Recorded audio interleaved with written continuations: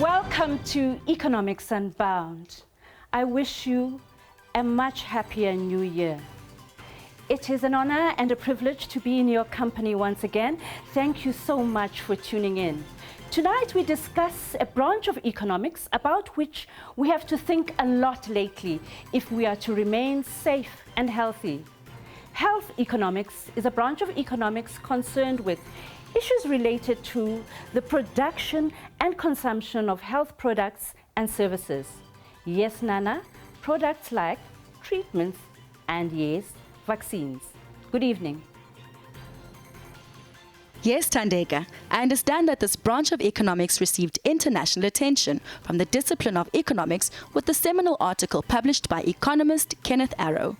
Public health issues loom large in this discipline, and health economics is just not concerned with supply and demand for healthcare products and services. It is concerned about health outcomes for large populations and how to regulate and make policy for optimal health within the market system. It is different from other markets because of the imperative of government regulation and involvement. Besides, in this market, government is both buyer of large quantities of health products for public distribution and consumption. So, wherever a market segment is highly regulated, the spectre of regulatory capture is heightened.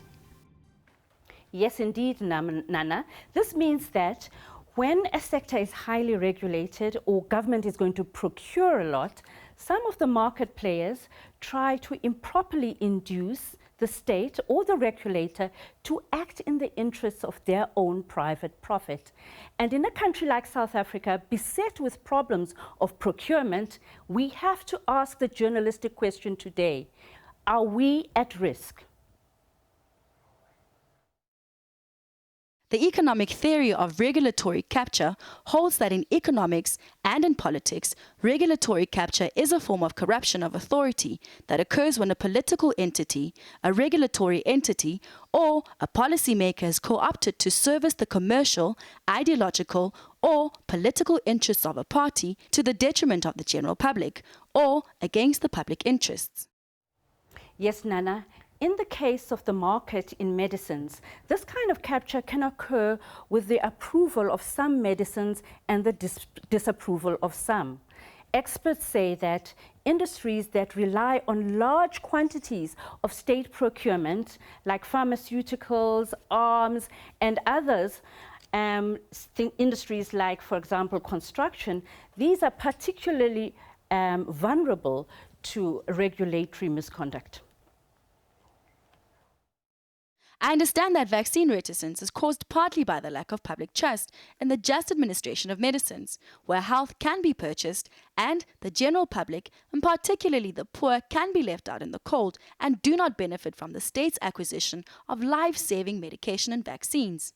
Tonight we tell the story of ivermectin and ask the question: did the benefits of allowing it to be used in treatment outweigh the disadvantages? Thandeka will speak to the experts later on in the show. I want to know if the state was deliberately driving down demand for the medication. Those pushing to have ivermectin, a general use drug, specially used in animals, that has been described by some as effective in the treatment of COVID-19, approved, they will have to wait a little bit longer because the South African Health Products Regulatory Authority says more clinical trials must be conducted, Nana, before it can be satisfied that the drug is safe and effective in the treatment of COVID-19. While acknowledging recent studies that have shown positive results of ivermectin in treating COVID-19 patients, the South African Health Products Authority says the information is still inconclusive. In the study, what they found was that there is a trend, a positive trend in terms of the what we call the viral clearance, faster time for viral clearance, shorter duration of hospitalization. But this was a positive trend that was identified. However, in the study, he indicates very clearly that there were some gaps with the clinical trials that were conducted, in that they were small in size, so it's not easy for us to reach a conclusion based on this data. In the meantime, the regulator says doctors who want to prescribe the drug to patients must first apply to it for special permission. We've had instances, in the past wherein there has been what we call Section 21, which is basically an emergency use type of authorization that we would give for the use of topical ivermectin for the treatment of, those individuals that have scabies or head lice. So we've made this drug available for other indications, even though it's not registered. The Ivermectin Interest Group, a lobby group of local doctors that are pro-ivermectin, says it's prepared to work with the authorities to get the drug approved in the country.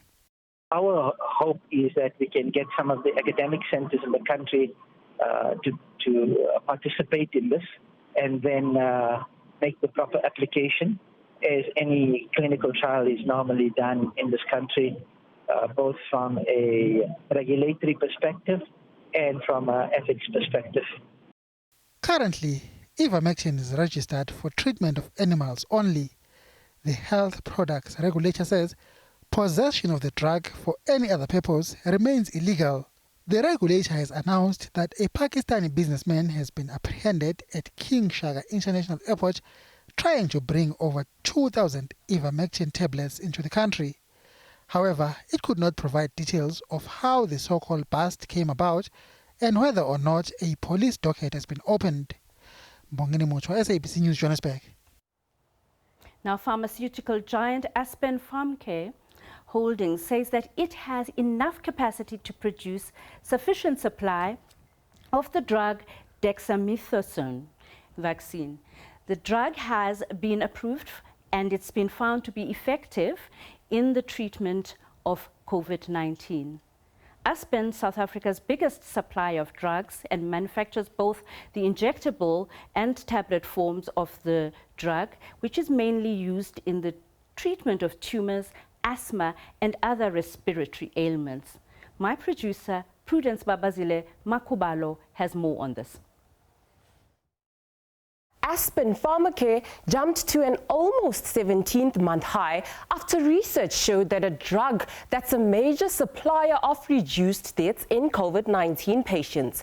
The JSE listed pharmaceutical manufacturer as a leading global supplier of dexamethasone, which manufactures at sites in South Africa, Germany and Australia. Scientists from Oxford University's recovery trial announced that the drug had cut the risk of death among ventilated patients by a third and reduced mortality by a fifth in those receiving oxygen. The research has been hailed as a breakthrough and also the first evidence of an effective treatment for COVID-19 patients with severe breathing problems. Aspen Pharmacare Holdings has donated 600 Enter-enabled tablets valued at $2.4 million to support students from the Faculty of Health Sciences at the University of Pretoria. Aspen Group Finance Officer and 2018 Finance Transformation Award winner Sean Capazoria believes rather that the group has continually placed an important focus on uplifting disadvantaged communities through a variety of socio-economic development initiatives. He also says that healthcare and education have always been two primary imperatives for the corporate funding and assistance.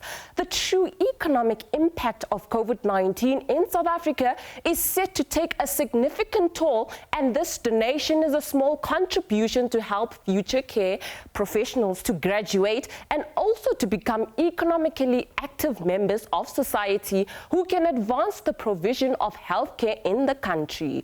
So Aspen was in discussion with the South African government to make available, wherever feasible, its extensive South African oral, solid and liquid pharmaceutical manufacturing operations for treatment of South African public. This will entail adjusting some of Aspen's production plans.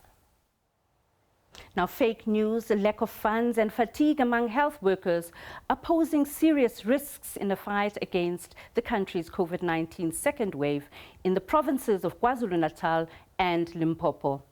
The two provinces revealed this during their presentations before Parliament's Portfolio Committee on Health. on their readiness to fight the COVID-19 variant and to roll out vaccines when they become available. Health workers are being overwhelmed. Many are being infected in their line of duty, while others are suffering from depression, anxiety, and post-traumatic stress disorder. But in KwaZulu-Natal, what started as a prank of fake news about the efficiency of the vaccines has become the province's public relations nightmare. Now the province is spending a fortune in a bid to educate its people about the importance of vaccines. On Friday, we are also going as a Department of Health to have an engagement in isiZulu on the live chat, which is also going to be in the radio, community radio station and on 1KZN, where people are going to be explained to by Dr. Msomi on what are vaccines and why is it important for us to be vaccinated. In Limpopo, at least according to their officials, the recent budget cuts have left the province's health department bankrupt, something that has raised doubts among lawmakers as to whether this mostly rural province will manage the crisis. Even if we are saying we do not have money now, we were allocated money for the first wave because we did not need a lot of admissions. Money was returned back to Treasury after they've done that. They know. We presented yesterday to them that the money that we return back to you must come back to us because we made savings with the first wave. Currently, we're in another pandemic. This is a resurgence which was much more brutal than the first one. We need our resources. All the country's provinces are getting ready to roll out the vaccines, possibly as early as next month. Manelisi Tubase, SABC News, Parliament. I am now joined by Professor Barry Shub, head of the Ministerial Advisory Committee, MAC, on vaccines. And I'm joined also by Yamkela Makupula. She's the CEO of Diaz Rios global law firm and also a member of the COVID-19 Ministerial Council, MAC, for social behavior and a business strategist for public and private sector firms throughout our continent.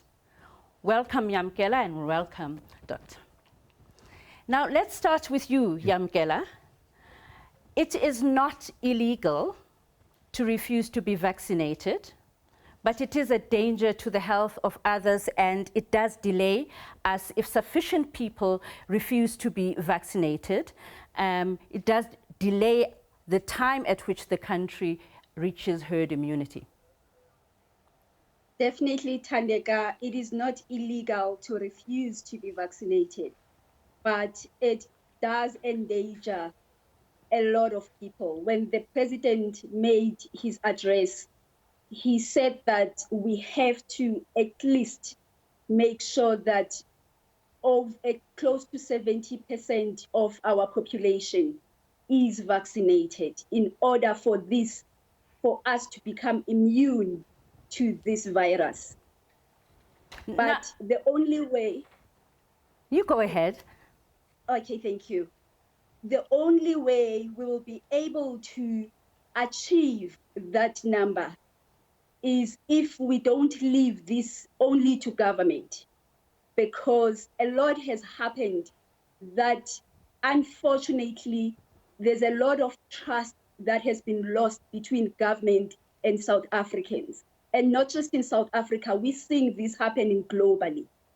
Hence, it's important that civil society, organizations that are leading, and business and industry, because this virus is killing our economy left, right, and center. And we will not recover if we do not find a solution.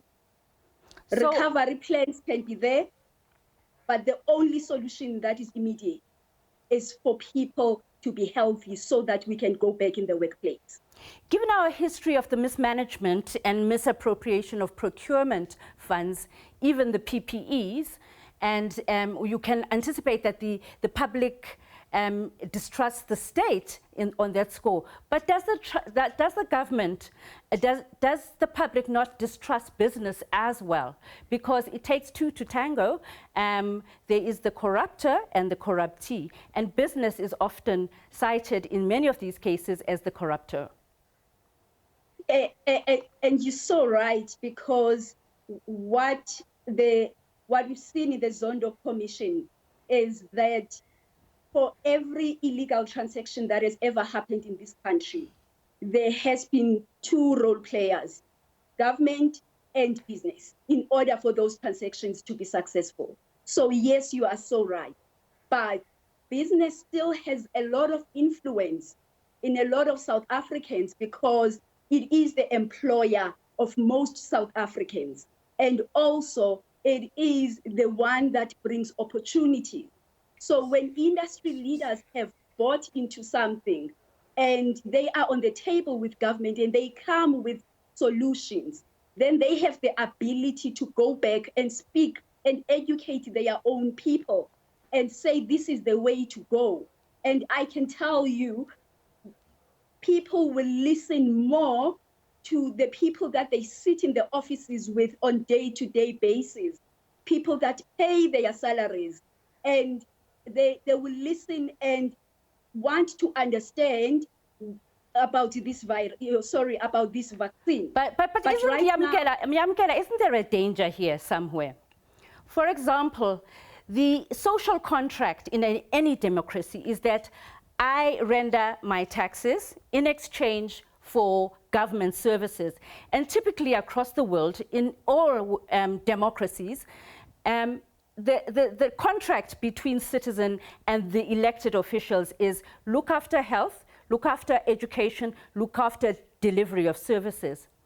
Given that that is the case, why is it that our vaccine was paid for by the Solidarity Fund? Yes, government did put in the initial seed capital into the fund, but the Solidarity Fund is predominantly the fund that was set up to pool private capital and bring them into the effort. Why isn't it that our taxes paid for us? Why did National Treasury not pay for our vaccines? Why is this vaccine not a public good, purchased through taxation and available freely to everybody in the public interest?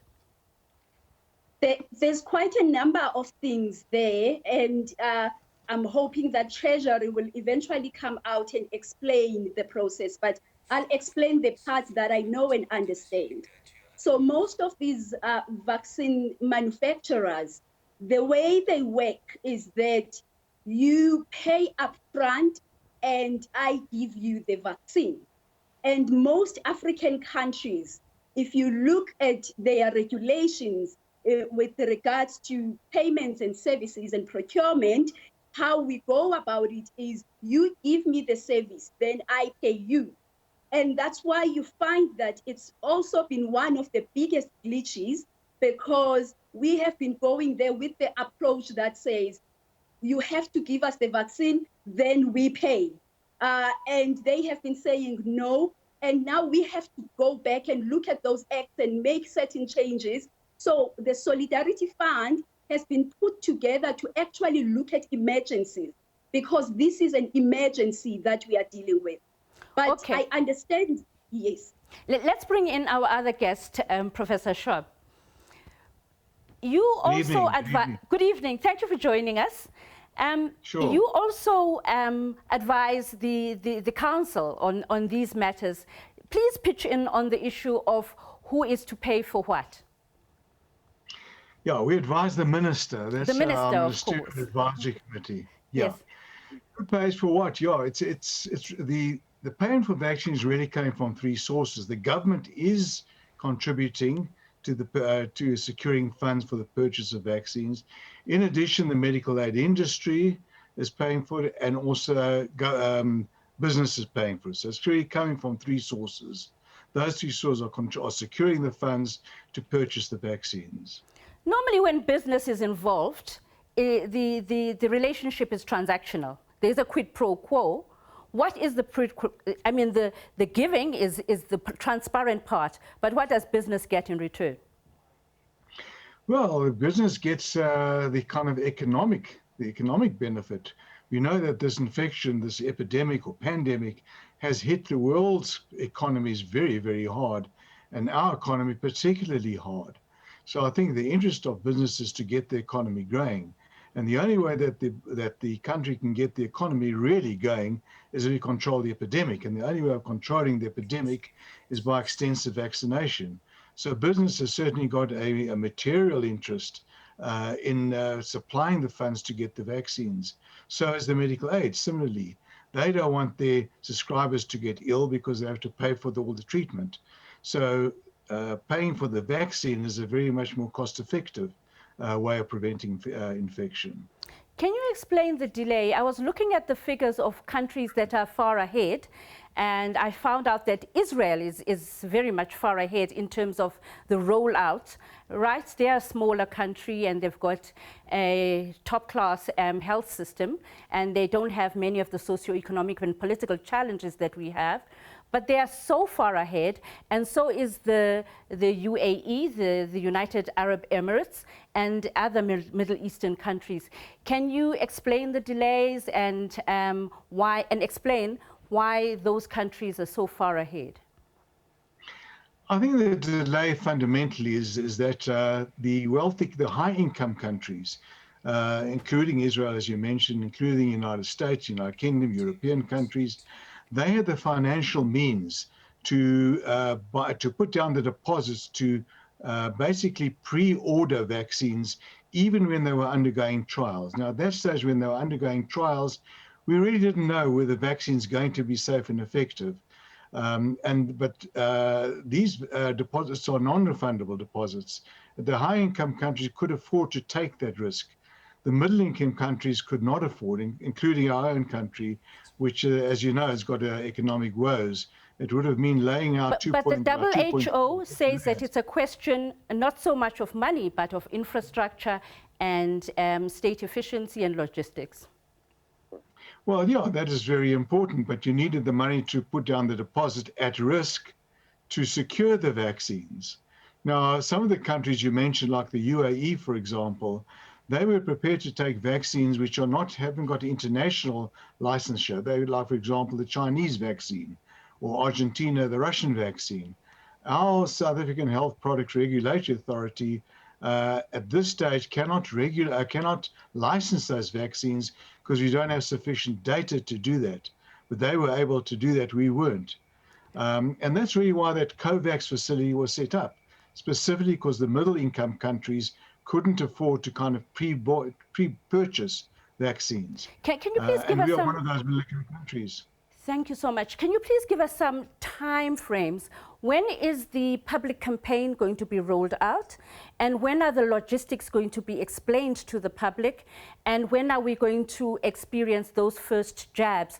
And when are we going to be able, as journalists, to cover the mass rollout to the rest of the population?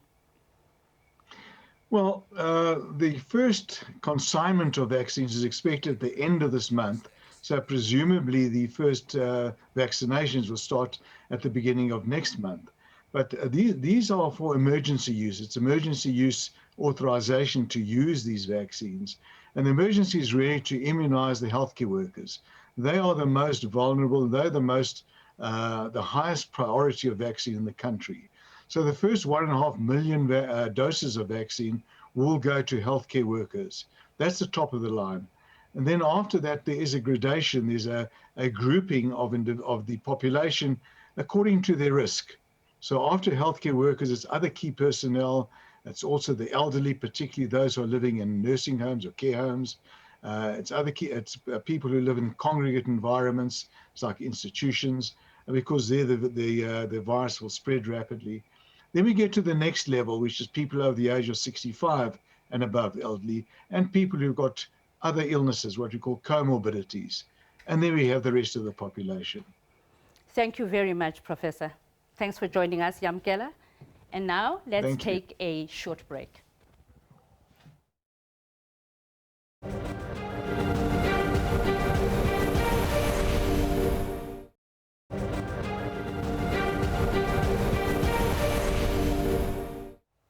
The African African Center for Disease Control and Prevention has called on member states to strengthen their health systems in preparation for COVID-19 vaccination programs. The African Vaccine Acquisition Task Team has secured 27 million vaccines for the continent, with the first batch of 50 million doses expected between April and June this year. The rollout of HIV's antiretroviral treatments on the continent is expected to give Africa a stronger historical framework for a successful rollout campaign. More than 3.1 million cases have been recorded in the region, with over 75,000 deaths. Noma Bolani reports. The target is to vaccinate 60% of Africa's population by the end of 2022. The African Union's Africa Vaccine Acquisition Task Team secured a deal to source Pfizer and AstraZeneca inoculations from India. This is to complement the World Health Organization's COVAX facility, which has indicated it will allocate vaccines to cover only 20% of the continent's population. The continent's history with the rollout of HIV ARVs should enable this new campaign to be successful. We have to have those vaccination points starting with the major cities, which means if we are going with the Pfizer vaccine, we have the -70s or the -20s for the Moderna and create those vaccination sites. Very similar to what we do with the polling stations. When we do that, we can store the vaccines and use them and move people towards the vaccination points rather than move vaccines towards people. I think that is one. Second is that we have to engage in a large-scale training of our healthcare workers on how to deliver the vaccines. And we, Africa CDC, are developing tools, training tools that will be used, of course, in collaboration with our partners to train large number of healthcare workers that can provide this the vaccination. The third is the supplies, not supplies of vaccines, but as the auxiliaries, that is the needles that will be required, the curtains, the alcohols, and other things that are actually needed for this. So we have to have that in place. And lastly, a good information system to record people so that when we vaccinate, most of these vaccines, the early vaccines are single-dose vaccines. They are double-dose vaccines that require that you get a shot today, and then after 3 weeks or 4 weeks, you get a second shot. That will require that we get a very good system in place to track people and bring them back. Trade and Finance Institution, Afreximbank, will provide financial support to member states in securing the vaccines. After receiving firm orders from member states, which will be accessed through the platform, that is the African Medical Supply Platform, the bank will provide advanced procurement commitment guarantees of up to about $2 billion to manufacturers on behalf of the African Union members. Then upon delivery of the vaccines, countries may pay using their internal resources or access an instrumental payment facility of up to 5 years offered by the Afreximbank. As numbers continue to surge in most parts of Africa, the CDC director says that any early introduction of the vaccine will help the situation. Statistics show that the current fatality rate of 2.4% is above the global rate at 2.2. He says once the rollout program begins, there shouldn't be any interruptions in distributions. Once we start vaccinating, trust me, Coletta, we will not have disruption in that. I think we are optimistic that the pipeline for vaccines will ease with time, over time, and based on other arrangements that we are doing, which of course is too premature to be discussing it now. We have both bilateral and multilateral that they will have a consistency in the supply of vaccines.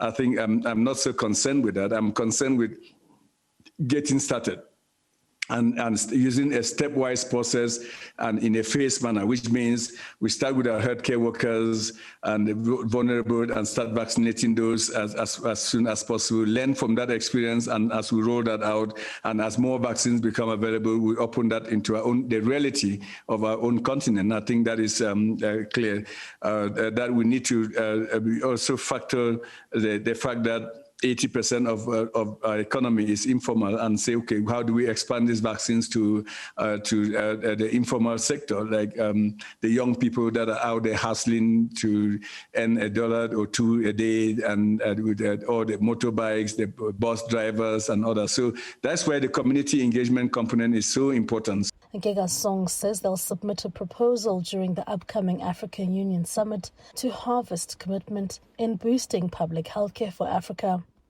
We currently are in need of 6,000 epidemiologists. We only have 1,900 epidemiologists on the continent of 1.2 billion people. So there's a gap right there of about 4,000 epidemiologists, just epidemiologists alone, not to talk of laboratory experts and others there. So again, in the spirit of a new public health order to prepare the continent, we need to invest in that area. An online platform which will detail the country allocations for the vaccines procured by AVET will be launched soon. And since some countries have already begun securing vaccines, member states which do not order from the AVET stocks will have their allocations reallocated to others according to need and demand. Noma Polani, SABC News. The world is battling to bring down the number of COVID-19 infections. Countries are experiencing second and third waves and surges in new cases. There are nearly 81 million recorded cases globally, with 1.7 million people having died from virus-related illnesses. Foreign editor Sophie Mukwena takes a look back at the life of the novel virus, which was first reported in China on the 31st of December 2019. A month later, the World Health Organization declared the coronavirus a public health emergency of international concern.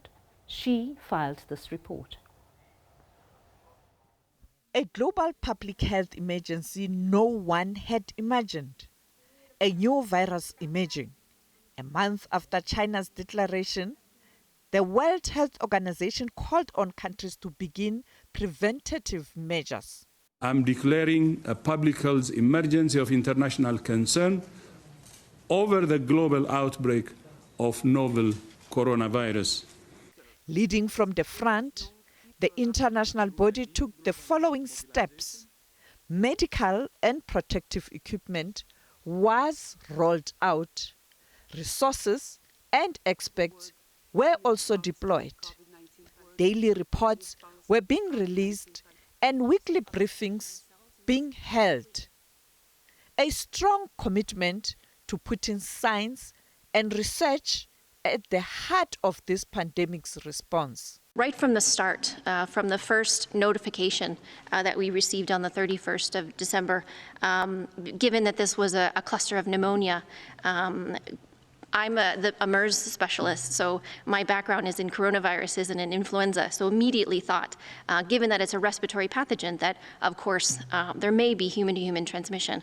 So initially, when we started to put together our technical guidance for our member states, we put guidance that focused on how this virus could be transmitted. The guidance that we put up was on the 10th of January. We also shared this guidance package, which included surveillance guidance on how to find cases, laboratory guidance on how to detect cases, infection prevention and control, how to prevent infections, particularly in healthcare settings, because given our past experience with MERS and with SARS, we immediately thought that you could have transmission in healthcare facilities, you could have amplification events in healthcare facilities, and potential super spreading events. We also put out a readiness checklist at the time for countries to say, how are we prepared to deal with a pathogen, a respiratory pathogen, and what systems do we need to put in place? And we lastly put out a disease commodity package. Despite efforts to curb infections, countries around the world continue to struggle. This is what's killing people, not just the virus. It's underprivilege, it's lack of access, it's years and years of living with health conditions that haven't been properly managed. Because of the color of your skin, or because of your ethnicity, or because of your social group. I know men and women who deny themselves health care so they can save money for their children if they get sick. And they know if they spend that money on themselves, they will impoverish the family. This is still a deeply unfair, deeply inequitable world, in which access to the basic human right of health is something that is given by privilege and by how much money you have. We want to change that. We can't change it overnight. We're not knights in shining armour, but behind and underneath this pandemic, COVID-19 has caused devastation, but it's equally uncovered, ripped away the bandages from a really old wound that this society has. And that is our failure to deliver equitable healthcare, a failure to recognise health as a fundamental human right. And the fact that we leave people in difficult health circumstances, sometimes decades, forgotten in the communities in which they live in, refusing to deliver them basic healthcare. We need to build a more secure, safe environment for our kids and everyone else to live within. Health security is not an abstract concept. Health security is about fairness, it's about equity, and older people are paying an awful price in disease, in loneliness, in isolation, and so many other things. But there are others suffering in the same way. Now with the second and the third waves hitting the nations, vaccine access is key. WHO set up COVAX facility to ensure equity to allow for developing states the opportunity to procure the vaccine. The global north was encouraged to contribute generously to the facility, but some are not honoring their pledges. The latest challenge is the emergence of new variants of COVID-19, which must now be researched and understood. The global science community is diligently working to find solutions. The coming days will be a test as pandemic fatigue worsens, with many across the world flouting the restrictive measures and regulations. Individuals must play their part by taking the measures we know work to protect themselves and others. Stay at least 1 meter away from others. Clean your hands regularly. Practice respiratory etiquette and wear a mask. Avoid the stresses, closed spaces, crowded places, and close contact settings. A year on, the battle against the coronavirus continues. Sophie Mkwena, SABC News, Johannesburg. And now let's turn to a positive news story about the COVID-19 pandemic. An enterprising group of South African doctors, engineers and designers based in East London, not far from my own hometown, has invented a medical device that revolutionizes oxygen delivery to COVID-19 patients.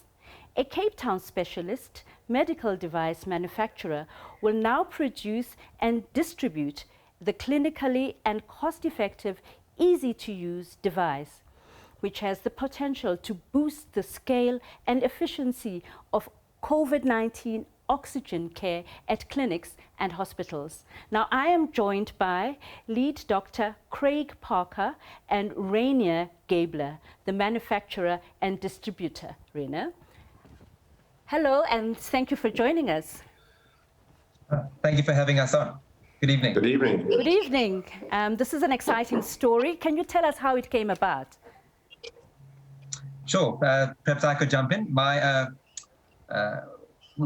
was in the UK in March, and on the way back, realized that we, as South Africa, were going to be facing a very unique challenge. We'd be faced with similar patient loads to what Europe was facing, but we would be faced with real challenges in terms of meeting that from an ICU as well as from a skills point of view. Yes. So pulled together a bunch of volunteers from here in East London. And it's a pretty multidisciplinary group that you pulled together there. Yes, I put the word out in our local social media platforms, and yeah, it's quite a few engineers, some project managers, and really guys with technical skills to help us build this thing. Now, how does this invention really work, and how will it help us as a country and as a people to fight the coronavirus? Sure. Well, you've seen lots of media reports recently about the shortage of oxygen, and as well as the shortage of space in our hospitals for the really sick COVID patients. And that's where our device is aimed, is at the sicker end of the spectrum. And what it does is it's really a very simple device that that allows you to deliver 100% oxygen to a patient with a small mechanical valve that helps keep the lungs open. And then how does a small mechanical valve operate? And can I invite your partner to jump in when he feels it's necessary to jump in and join us? How does this little valve work? Raina, do you want to explain the PEEP valve? I think that's no. Look, I think on the medical level, I suggest that Dr. Parker gives you the feedback. And on the commercial side, I'm happy to take things further. Can you explain to us, Doctor, how it works? Sure. It's called a PEEP valve, which is a valve which is seen in lots of medical devices, non-invasive ventilators, and it's basically a valve that you can adjust the resistance to that you breathe out against, and we're talking very low resistance levels. So it's quite fine adjustments. And it gives you something to breathe out against. It's a bit like putting a straw underwater, if you like, and breathing out, and you can progressively make that straw deeper and deeper to increase the resistance that you breathe out against. So it's a mechanical equivalent of that. Now, Doctor, can you please explain?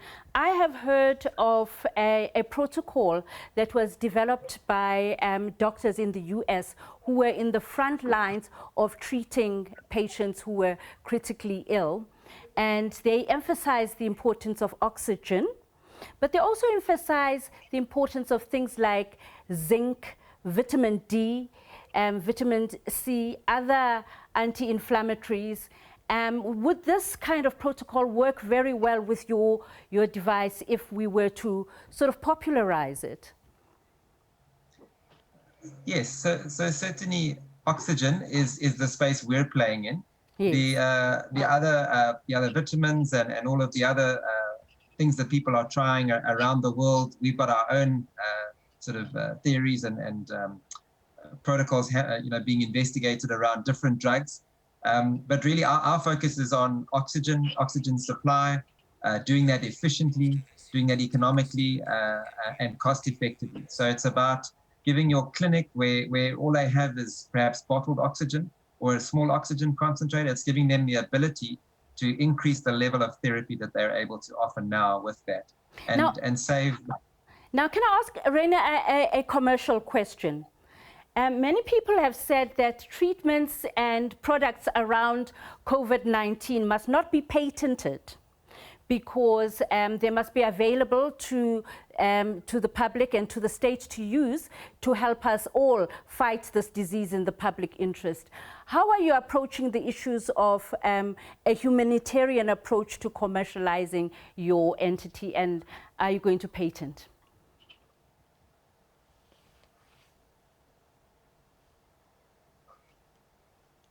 Maybe you can answer, Doctor, if he is not available to answer. Sorry, can you hear me? Sorry, there must have been a signal drop. Am I online at the moment? Yes, I apologize if we lost you. Can you join us and answer how you're going to approach the commercialization of your invention? And given that people have been calling for the non-patenting of some of the interventions, the medical interventions for COVID-19, and a humanitarian giving approach to product development and commercialization, what's your approach? Look, we understand the desire to not patent products in order to help the patients in this pandemic. In our case, I think that's probably more of an issue at the moment in the vaccine world and the pharmaceutical world, because there will be a lot of pressure on them to not capitalize on the life-saving vaccines that are coming out and have already come out. In our case, the design of the product is very simple. It's very effective as a therapy tool, but it's very simple. And many of the processes and also some of the components in our device have already been on the market for a long time. So patenting the product is not a consideration. So to answer your question, it's really about making the product available quickly and in large enough volumes to help patients during the pandemic. And We're in a position, I'm pleased to say, as a device manufacturer, we're in a position to actually manufacture more than what the South African market would require. Wonderful. Let's take a break now, and we'll be back with this discussion a little later. Please join us after the break.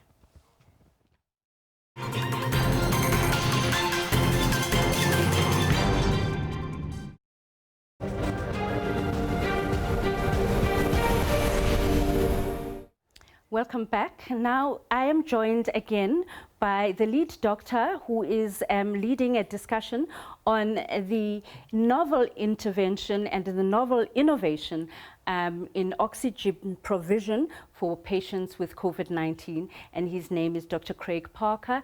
And he's also joined by Rainer Gabler, the manufacturer and distributor of the product. Thank you. Welcome back, gentlemen. So we were discussing how it's going to be used. Can it be used in hospitals and clinics? And will it be available? You said that you've got enough in supply to reach even the furthest areas, the rural, far-flung areas of our country. When will you begin rolling out, or have you already begun? The manufacturer has kicked off this week as the factories have reopened. And we're gearing up to really be able to meet any demand. And in terms of where it will be used, really our focus has been those small hospitals out there that are really stuck at the moment. So it's mainly designed for hospital use. It needs to be used by a doctor. So that's just an important point. It's not for somebody to use it at home. You do need a consistent, reliable oxygen source, and you do need a doctor to supervise the use of it. But for those sick patients who are not coping on a standard oxygen mask in a small hospital out there, no other option. Perhaps their referral facility is full, can't accept them. Then this device provides a new hope for those patients that they'll be able to be treated effectively. Now, have you been in consultation with and in conversation with the Department of Health? We have. That's ongoing. Yes. These things happen a lot slower, obviously, than we'd like. Our goal right now is to try and get the commercial sort of details out of the way, so that those hospitals that want to can buy these devices. It's normally a protracted process to get items onto tender lists, etc. So we're trying to see if we can work with them to get that fast-tracked. But remember, we have been working with the Department of Health all along. I'm a doctor in the public sector, so we've enjoyed great support from the Eastern Cape here, from our local Department of Health in terms of supporting what we're doing here. Now, Doctor, once these devices have been rolled out and they are in the hospitals, do they look distinctly different from the other devices that we've seen being used, like the one with the funnel and the big tank of oxygen that I've seen in many hospitals? Right, so it does look a bit different. It still plugs into a cylinder, into an oxygen cylinder, or into a small oxygen concentrator, or it plugs into the wall sort of flow controller. So those will be familiar, but the device itself is unique. You'll recognize components of it if you're a doctor or a nurse who's worked in that environment, but the combination is very unique. We're not certainly aware of anyone who's tried this before.